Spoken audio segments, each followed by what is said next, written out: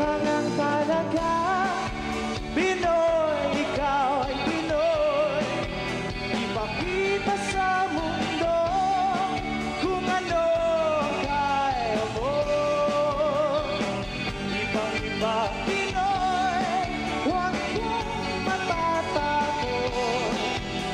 Iparamadamin mo, Pinoy ako, Pinoy tayo.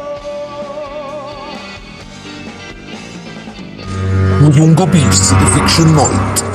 Anong bibigyan mo ng 2 points? Kasi kumakain lagi siya kasi nasty po. Si Sia ng 1 point kasi sigaw ng sigaw siya. Gabay at pagmamahal. Bibigyan mo ng 2 points. Binibigyan ko po ng 2 points si Sidro kasi po ng cellphone ayaw niya na mamansin bonding na siya. Bigyan mo ng 2 points. Binibigyan ko ng 2 points si Rick Rick kasi hindi siya nagsisino.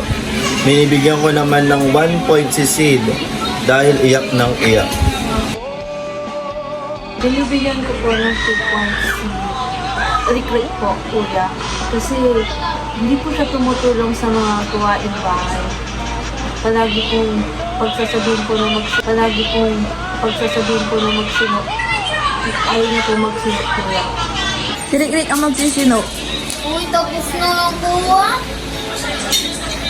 Has been evicted from the Big Brother house.